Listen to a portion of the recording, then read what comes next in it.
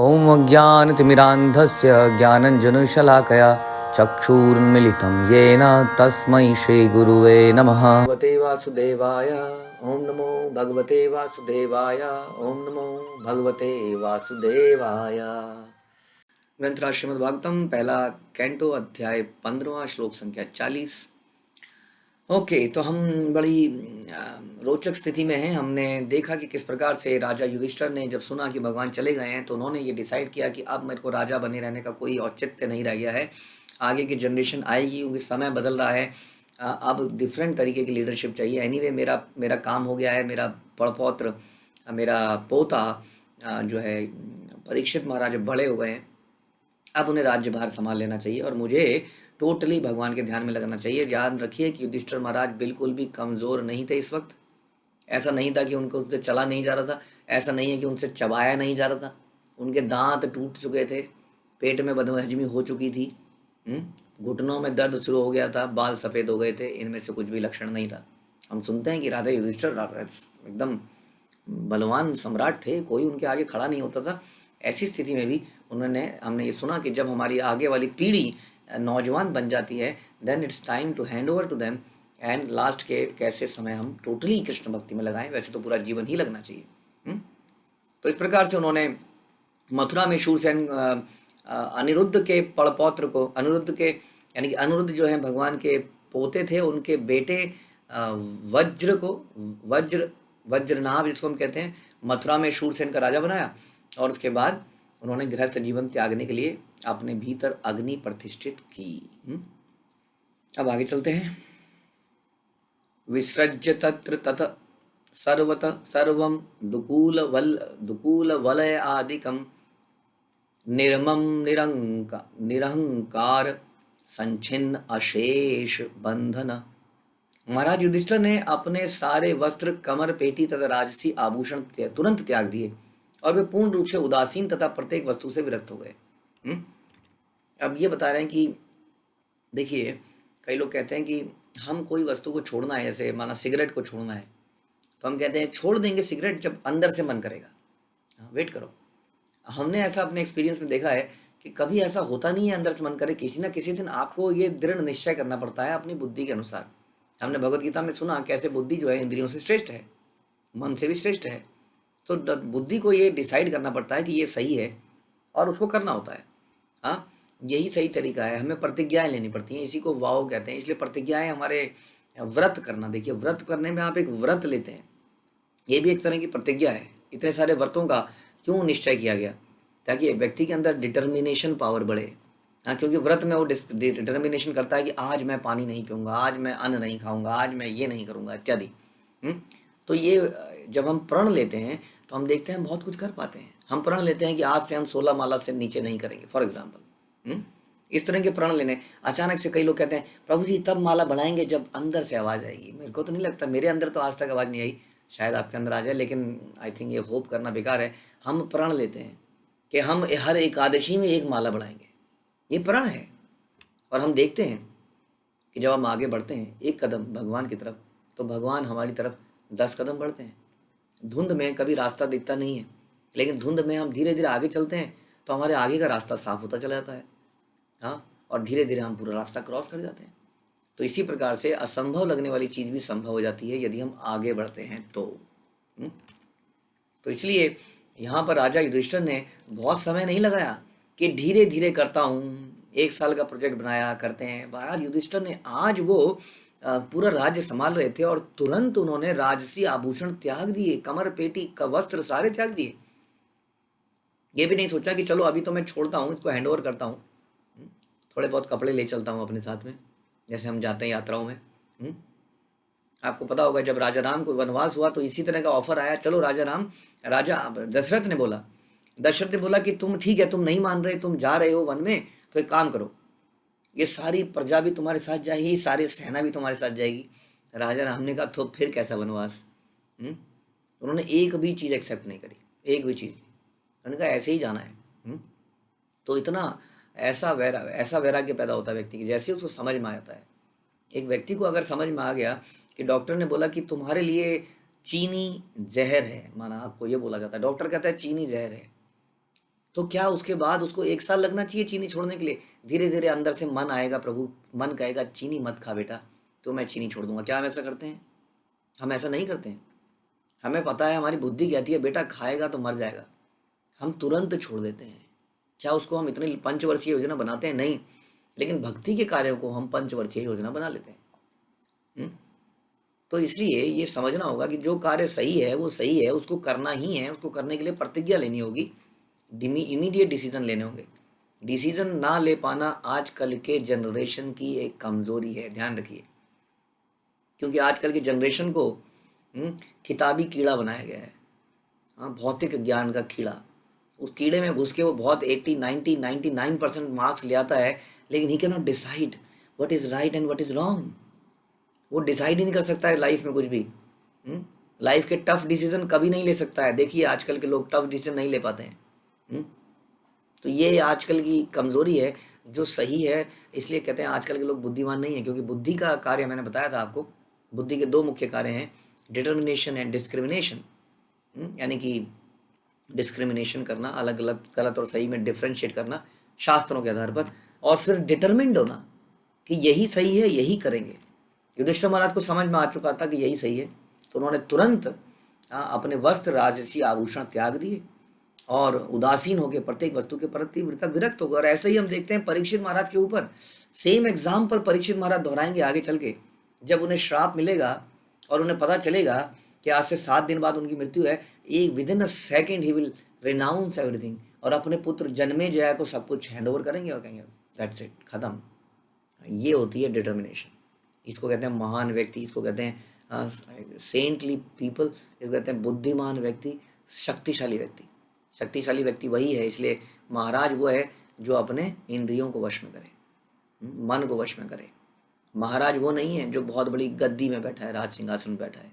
इसलिए यदि आपको वास्तविक शक्तिशाली बनना है तो अपने अंदर डिटर्मिनेशन पैदा कीजिए। सही क्या है आप सुन ही रहे हैं शास्त्रों में, क्या सही है क्या गलत है, लेकिन ये जो डिटर्मिनेशन है ये हमारी बहुत कमज़ोर है, जिसके कारण हम टफ डिसीजन नहीं ले पाते।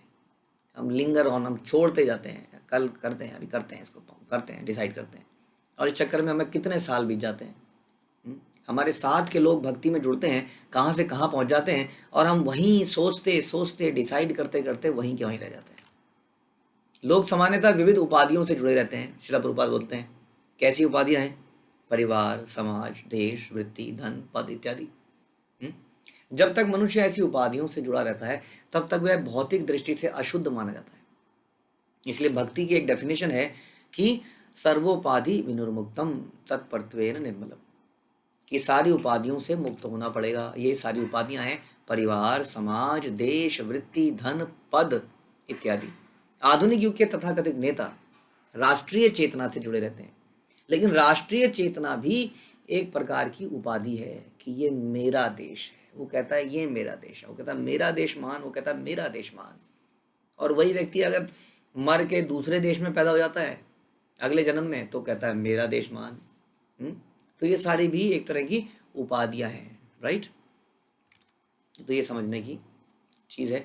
आगे, वाचम जुहाव मनसी तत्प्राण इतरे चमम ततम मृत्यावपानम सौत्सर्गम तम पंच तवे राजतो हवीत।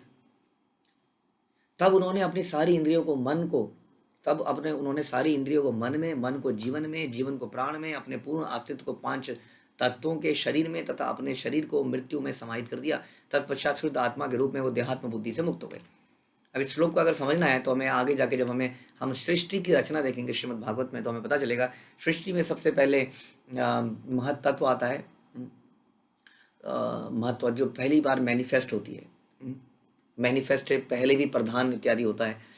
तो उसके बाद जब संसार में ये 5 तत्व घुले मुले रूप में व्यक्त होते हैं तो इसको महतत्व कहते हैं। फिर उसमें धीरे धीरे इंद्रियां जनरेट होती हैं, ये 5 तत्व बनते हैं, मन बुद्धि अहंकार बनता है, और ये सारे तत्व बनते हैं धीरे धीरे, और फिर अलग अलग शरीर योनियां इत्यादि बनती हैं। तो इस प्रकार से इस संसार की रचना होती है। अब इस संसार की रचना को जब संसार से व्यक्ति जाता है, मरता नहीं है, जब संसार से छोड़ के जाता है, मरने पर तो दोबारा दूसरा शरीर ग्रहण करता है।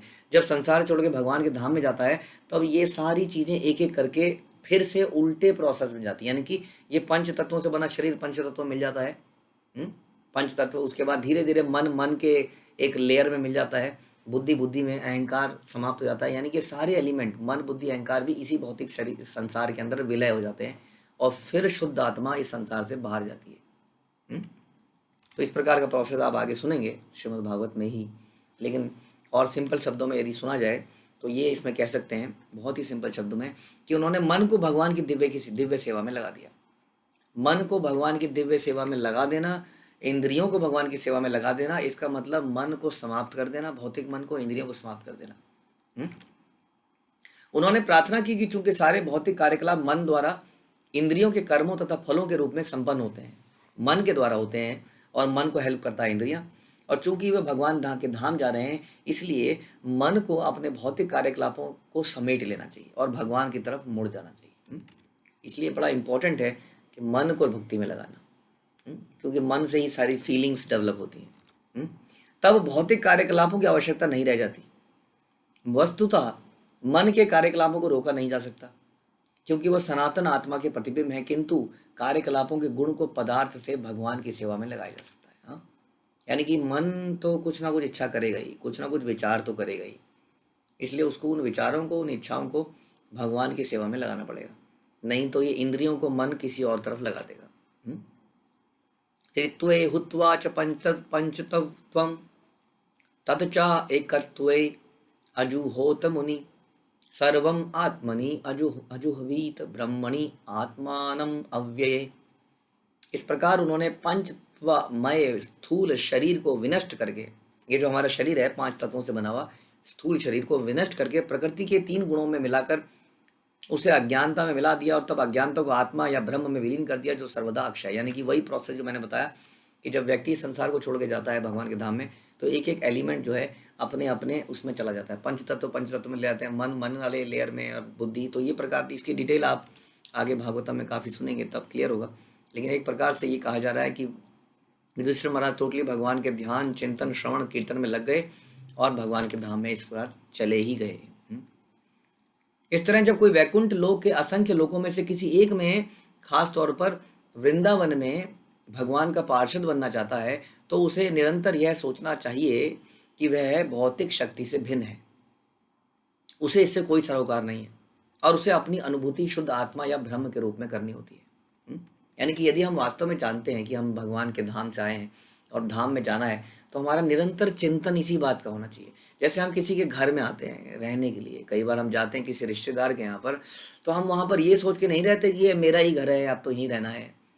हम किसी काम से आते हैं, किसी त्यौहार पे, किसी फेस्टिवल पे, किसी शादी में, ब्याह में, फंक्शन में या किसी काम से, और हमारा निश्चित समय होता है कि इतने दिनों बाद हमें जाना है और हम प्लानिंग कर रहे होते हैं कि हाँ 3 दिन रह गए, 2 दिन रह गए, और वहाँ के बारे में सोच रहे होते हैं। कई बार वहाँ कॉल कर रहे होते हैं, दूध वाले को मना कर दिया कि नहीं कर दिया, और जो भी है काम काज, पड़ोसी को बोलते हैं भैया देखते रहना, घर का ध्यान करना। हमारा चिंतन वहीं पे रहता है।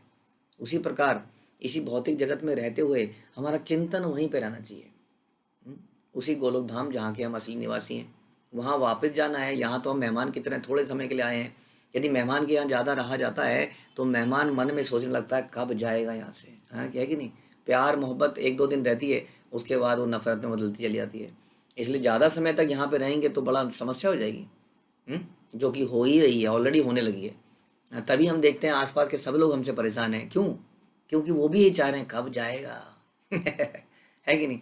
हर व्यक्ति यहाँ यही तो चाह रहा है कब जाएगा, तो जाएगा तो हमारे पैसा हमें मिलेगा। तो वास्तव में ये जगह हमारी है ही नहीं, इसलिए यहाँ से जाना ही है। इससे पहले कि कोई हमें ठुकराए, लात मारे, क्यों ना खुद ही उसी का चिंतन किया जाए।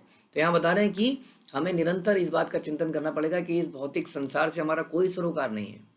ऐसा चिंतन करेंगे, ऐसी इच्छाएं करेंगे, तभी तो वहाँ जाने की इच्छा प्रबल होगी और उसे अपनी अनुभूति शुद्ध आत्मा या ब्रह्म के रूप में करनी चाहिए। महाराज युधिष्ठिर ने अपना साम्राज्य परीक्षित तथा व्रज को सौंप देने के बाद उन्होंने अपने आप को न तो विश्व का सम्राट माना, न ही कुरुवंश का अग्रणी माना। भौतिक संबंधों से एवं स्थूल तथा सूक्ष्म आवरणों के भौतिक बंधन से स्वतंत्रता का यह भाव मनुष्य को भगवान के दास के रूप में कार्य करने के लिए मुक्त बना देता है। यानी कि जब इन उपाधियों से हम फ्री हो जाते हैं, जैसे माना कोई आदमी है एक कंपनी में, आपने एक एम्प्लॉय रखा, हाँ, और उसके 4 बॉस बना दिए। 4 बॉस ने उसको 4-4 काम दे दिए। अब वो सोच नहीं पा रहा है, क्या मैं मार्केटिंग का आदमी हूँ? क्या मैं फाइनेंस का आदमी हूँ? यहाँ मुझे क्या करना चाहिए? वो कन्फ्यूज़ हो गया, कुछ भी नहीं कार्य कर पाया। तो ये अलग-अलग उपाधियाँ हमें कन्फ्यूज़ करती हैं। क्या मैं किसी का पति हूँ? अच्छा, पति की तरह काम करना है। क्या मैं किसी का पुत्र हूँ? तो मुझे ऐसा करना चाहिए। क्या मैं एक देश का एक बहुत बड़ा नागरिक हूँ? तो उसकी तरह कार्य करता है। तो ये जो अलग-अलग उपाधियाँ हैं, क्या मैं इस कंपनी का मैनेजर हूँ? तो मेरी दायित्व बनता है कंपनी के लिए कुछ करने का। तो बहुत सारी उपाधियाँ हमें कन्फ्यूज़ कर देती हैं और हम अल्टीमेटली अपना असली भाव भूल जाते हैं। यदि हम ये याद रखें कि हम कृष्ण के नित्यदास हैं, वो कब होगा? जब सारी उपाधियों से मुक्त हों। सर्वोपाधि विनिर्मुक्तम तत्परत्वेन निर्मलम्। जब भगवान कहते हैं कि सर्वधर्मान् परित्यज्य, कि ये भी धर्म है, इसका धर्म, मैनेजर का धर्म, पुत्र का धर्म, पति का धर्म, देवता का धर्म, इसका धर्म। जब सारे धर्म को त्याग के हम एक धर्म अपना लेते हैं कि मैं क्या हूँ? कृष्ण का दासो अस्मि। तो व्यक्ति कन्फ्यूज़ नहीं होता और फोकस होके भगवान की सेवा करता है, और ऐसा जब वो करता है तब बाकी सबका धर्म अपने आप पूरा हो जाता है। ऐसा भगवान बोलते हैं कि जब तुम मेरे पास आओगे, अगर इस प्रोसेस में या इससे पहले कभी पाप कर्म किए भी होंगे, तो मैं सारे पापों को समाप्त कर लूँगा। अगर कोई बीच में नाराज़ हो जाता है, बॉस नाराज़ होता है, पत्नी नाराज़ होती है, I will take care, leave it to me.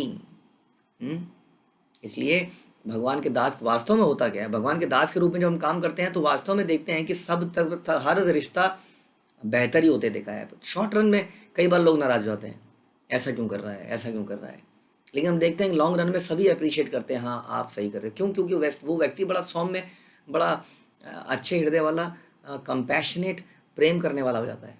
इसलिए लॉन्ग रन में सभी व्यक्ति उससे प्यार करना सीख जाते हैं, क्योंकि भगवान का भक्त हर जीव से प्यार करना सीख जाता है। हम्म? तो इसलिए बहुत सारी जिम्मेदारियों में कंफ्यूज नहीं हो जाना है। ध्यान रखना है कि भगवान के दास के रूप में कार्य करने इसके लिए वह मुक्त बनता है, उसके लिए उपाधियों का त्याग करना पड़ता है कि मैं कुरुवंश का अग्रणी हूँ, मैं यहाँ का राजा था। यह अवस्था इसी भौतिक जगत में रहते हुए भी प्राप्त की जा सकती है, और इसीलिए कहते हैं कि भौतिक जगत में भी व्यक्ति एक मुक्त आत्मा की तरह रह सकता है यदि वो उपाधियों से मुक्त हो जाए। ये सारे बहुत सारी कन्फ्यूज़न है, धर्म है, मतलब उसके लगता है उसके कर्तव्य हैं, उन कर्तव्यों से वो ये समझे कि असली कर्तव्य कृष्ण का नित्य दास है, और इस दास के अनुरूप यदि वो कार्य करेगा, बाकी कर्तव्य वो देखेगा अपने आप पूरे हो जाएंगे जितने ज़रूरी हैं। ध्यान रखिए, हर व्यक्ति को आप प्रसन्न नहीं कर पाएंगे संसार के अंदर। हाँ, एक एक एक बहू जो है अपने घर में ही सबको पसंद नहीं कर, पति को पसंद करती तो बहू नाराज, सास नाराज आती, सास को पसंद करती तो ससुर जी नाराज होते हैं, और कभी बच्चा नाराज होता है। क्या आप सबको पसंद कर पाए कभी? क्या आप कोई ऐसा खाना बना पाए कि आपके घर के सभी मेंबर्स ने कहा आज बढ़िया बनाया? कोई ना कोई तो कह देता है नहीं नहीं ये तो अच्छा नहीं लगा, या दूसरा कहता है अरे बहुत अच्छा बनाया। तो ये तो छोटा सा घर ही है, पूरे संसार में सारे धर्मों में, सारे रिवाजों में, सारे कर्तव्यों में, सारे धर्मों में सबको प्रसन्न करना कितना मुश्किल है। इसलिए हम बोलते हैं कि संसिद्धिम हरितोषणम, कि जब भगवान संतुष्ट हो जाते हैं तो हर चीज़ संतुष्ट हो जाती है। हमने सुना था दुर्वासा ऋषि का वो एग्जाम्पल, जिसमें भगवान ने द्रौपदी के जूठे बर्तनों से एक दाना खा लिया और दुर्वासा ऋषि के 10,000 शिष्यों का पेट भर गया। ये उसका एक बेहतरीन एग्जाम्पल था कि कैसे कृष्ण की प्रसन्नता से हर चीज़ संतुष्ट हो जाती है। उसके बाद चीरवासा निराहारा वद्धवाक मुक्त मूर्धजा दर्शयन्नात्मनारूपम जड़ उन्मत्त पिशाचवत् अन्वेक्षमाण निर्गात अश्रुवन बधीर यथा। तत्पश्चात महाराज युधिष्ठिर ने फटे हुए वस्त्र पहन लिए। सुनिए, इसने बोला कितनी देर में?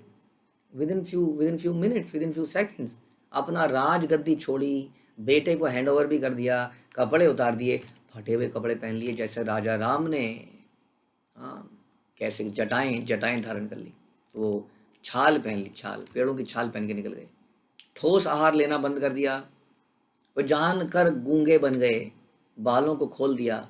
इन सब के मिले जुले रूप में वे एक उजड़ या वृत्तिहीन पागल की तरह दिखने लगे। वे किसी वस्तु के लिए अपने भाइयों पर आश्रित नहीं रहे, वे बहरे मनुष्य की तरह कुछ भी ना सुनने लगे।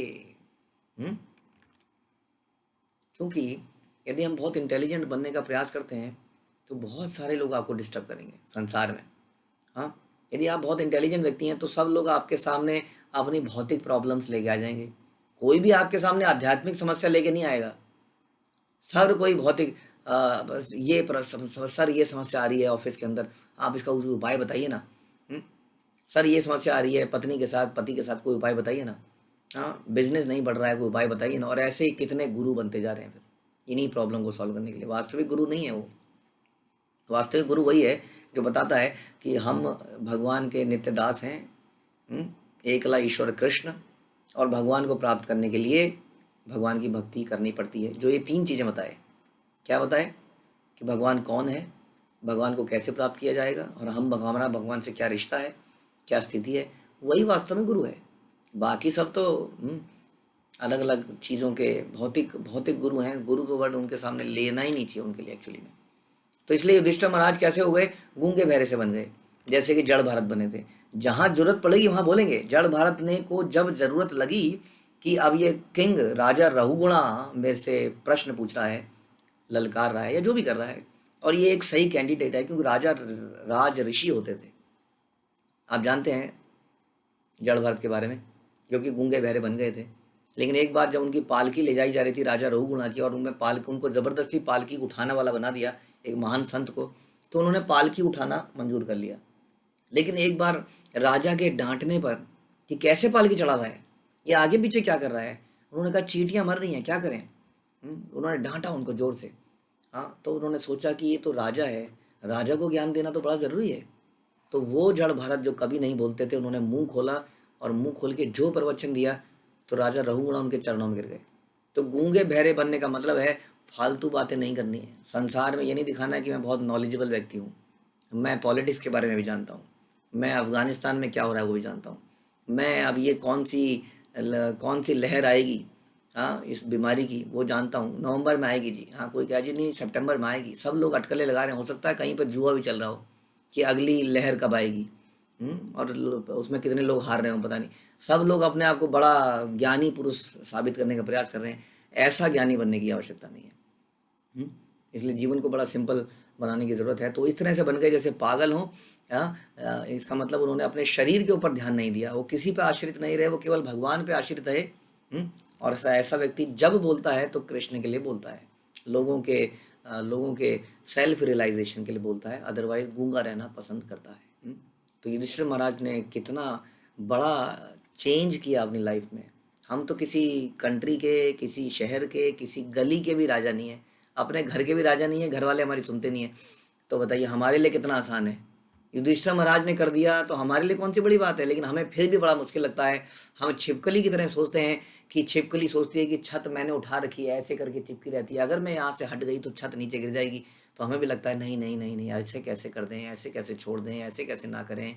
हाँ, और कई सारे क्वेश्चन मार्क आ जाते हैं। लेकिन राजा परीक्षित, राजा युधिष्ठिर, और न जाने कितने राजाओं ने इसको करके दिखाया। इसको करना संभव है, कई सारे भक्त कर रहे हैं। आप भी कीजिए, भक्तों से राय लीजिए, ध्यान रखिए। फिर से कई लोग कंफ्यूज ना हो जाएं। हम ये नहीं कह रहे हैं कि आपको अपना घर छोड़िए, हम कह रहे हैं अपनी लाइफ का फोकस छोड़िए, वस्तुओं से अटैचमेंट छोड़िए, अपनी उपाधियाँ छोड़िए, और कृष्ण के दास के रूप में भ्रमण कीजिए। हरे कृष्णा। श्रील प्रभुपाद की जय। ग्रंथराज श्रीमद् भागवतम की जय।